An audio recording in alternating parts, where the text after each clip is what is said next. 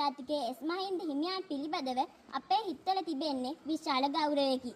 කෙස්ගහ පවා වෙන රටවල මිනිසුන්නේ උස් නිදහස පිණිස සටනට සැරසෙන්නේ.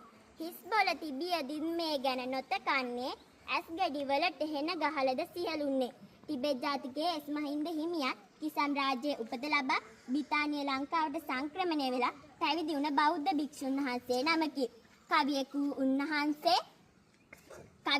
උන්වහන්සේ සිංහල ජාතික ව්‍යාපාරයට සම්බන්ධ වී කටයුතු කළා.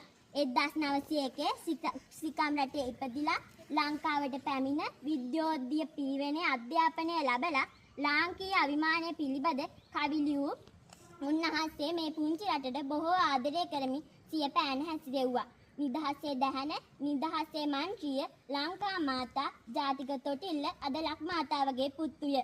නිදහස විදේශිකයගේ ලක්මාවට නමස්කාරයක්. සිංහල ජාතිය එම කවි අතර බැබළුණා. සහන ලැබෙන තුරු ලංකා දීපේට ගහන ගැහිලි හමුවේ සිහ වෙසින් සිට නහන උපුල් නහමින් යම් ඉදිරියට මහන කමත් බණ දහමත් එයයි මට. එදා අපරටට අවශ්‍ය තිබූ නිදහස උන්වහන්සේ කවිය අමෝරාගෙන සටන් නැදුණා.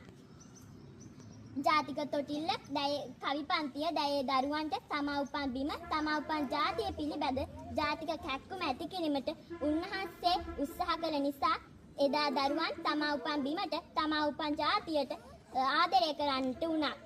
ළමා සාහිත්‍ය පෝෂණය කිරීමට උන්වහන්සේ ලියූ කවි අතරේ උදේ සවස මගල් පොතේ අගේ ලියනා බබරා සහ මල කීකරු ළමයා වයසේ වෙනස සහ රෝස මල් සහ ළමයා වැනි කවි පන්ති හඳුන්වා දෙන්න පුළුවන්. සමම් පිච්ච මල්ලිරුණු නිල් තන කොළ පිට්ටනියක් වගේ යහස අන්න බලනු කොච්චර ලස්සනද රැට. මෙලෙස සිය පැන අසිපත කරගනිමින් විටක ජාතික හැඟීම පුබුදුවානු උන්වහන්සේ තවත් විටක ළමා මනස පෝෂණය කිරීමට කවි ලිව්වා. මෙලෙස විශිෂ්ට සේවාවක් කළ උන්වහන්සේ 1951 මාර්තු 16 වෙනිදා පානදුර මහා බෙල්ලනදී අපවත් වුණා. උන්වහන්සේ ලියූ කවි අතරින් අවවාද කවි අතරින් එක් කවියකින් මගේ කතාව සමාප්ත කරන්නම්. කාටත් තිමි පොදු දේ නම් නැති බැරි හිඟ අවහිරක මේ දේ දැනගෙන දස්කම් පෑම තමයි සුරු විරුකා. ඔබ සැමට තෙරුවන්